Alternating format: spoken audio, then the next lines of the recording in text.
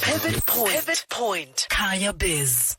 One of my favorite features here on the show Afropolitans as we speak to influential leaders about pivotal moments, pivotal experiences, and pivotal roles that they hope to shape in terms of their own personal careers and in the livelihoods of others.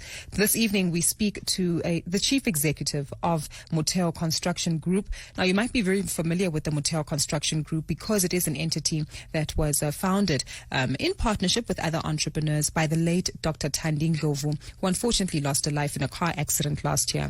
But our very own guest who joins us this evening has had the pleasure to serve under her, to work with her, and be mentored by her as she takes on this new role of Chief Executive Officer. Lettie Mashau joins us on the line. Lettie, thank you so much for your time and welcome to Kaya Biz. Thank you so much, Gugu. Good evening to the listeners. I'm really excited to speak to you. I've read a bit about your story, growing up in Limpopo, starting off within quantity surveying, and of course spending 14 years of your life at Motheo Construction Group. So you're no newbie to this particular environment, right? If anything, you're the perfect candidate to be continuing this legacy that has been established by the late Dr. Ndlovu. Yes. Oh, don't be so humble. Don't be so humble. We're here to celebrate you and pivotal stories and lessons about you. But as I mentioned, you grew up in Limpopo, and maybe for the benefit of listeners who aren't familiar with you and your story, what made construction the sector that you decided would be the area that you want to grow in your career? Thank you, Gugu. As you've said, I originate from Malamlele. And what made me to consider a career within the construction industry was really the fact that it was male-dominated. And, you know, as a young girl growing up, you always ask yourself, what's so difficult about being in this space? And I think that's why when I completed my matric, I was very passionate about finding a career within the construction space. Mm-hmm. So, and taking you through my journey with Motheo Construction Group, when I joined the company in 2005 as a young graduate, I came in really looking for experiential training. And I remember my first day when I came for an interview with the late Dr. T, which ended up being just a conversation about the sector and how she's committed to transform the construction industry. It was a very interesting journey, to be honest with you. I'm 16 years old with Motheo as we speak. Wow. And, you know, I started as a trainee and moved through the ranks from being a site to a project manager, to a regional director, and now a CEO of Motheo Construction Group. So, yeah, it's been a very, very interesting journey. And I was mentored by the late Dr. Thandi, mm-hmm. and very strong old white males who have been in this industry for more than 40 years. Mm-hmm.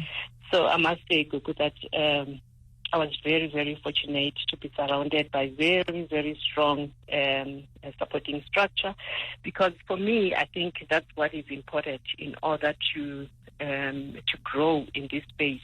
You know, you need people that will support you, people that will believe in you, and give you the opportunity to make your mistakes and learn from that. Yes. And that's exactly what happened with me.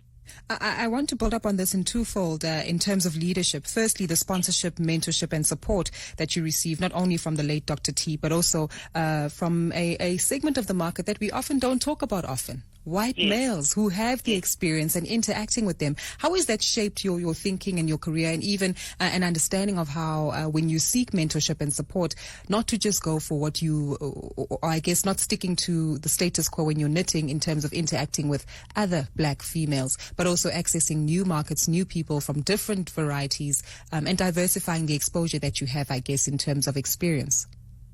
You know, Gogo, my personal experience really is that I've come to appreciate the experience that comes with the white males within our industry, because these are people that they're currently sitting with more than 40 years of experience. They've been there, they've done that, and you cannot just come in and you expect things to happen overnight. So if I then look at my own personal growth, When I started, I was paired with very strong construction managers and plant surveyors who have been there for the past 40 years. And I think that's what accelerated my personal development, because it's people that were conscious about making sure that they provide the mentorship that is required, and they give the guidance that is required. And sometimes when you listen to people, especially my age group, there's a view that no, we can do it. We don't need that. We don't need. And for me, I think we're losing the plot there, because I, for one, I benefited from that kind of an arrangement. And of course, thanks to the leadership that the late had in Motheo, because she was very passionate, and everybody bought into the legacy that she brought within the group, that we are going to train young black women in this company. So yeah, I think, and that's why I'm saying that that's what made my journey very interesting, because it's unique. Yeah, very unique. And I think very briefly, as we are under pressure, unfortunately, in terms of time, but you have been appointed as CEO on the back and during the course of a pandemic. We know that leadership in itself has demanded a lot of us in terms of, you need to self-reflect, you need to be agile and nimble in terms of how you react, and continue to lead people into a direction that's been very confusing over the last few months. But how would you describe your leadership style, and what impact do you hope to leave and continue to make in your journey as CEO? Good to be honest with you. I was appointed in a very interesting season, and one will say, Lettie, how are you coping? Yes. And of course, it's not easy. But I've taken a position that, in the midst of a storm, for me, that's where creativity is born. And where I am, I'm saying to myself, I know what we've been doing in the past 16 years that I've been with Motheo. I know what has worked. I've reflected. I've used 2020 to pause and reflect, and it really go through what worked and what didn't work. And again, you need to be aligned to understand where the government is going, because you cannot just sit back and hope to still continue doing things the old ways.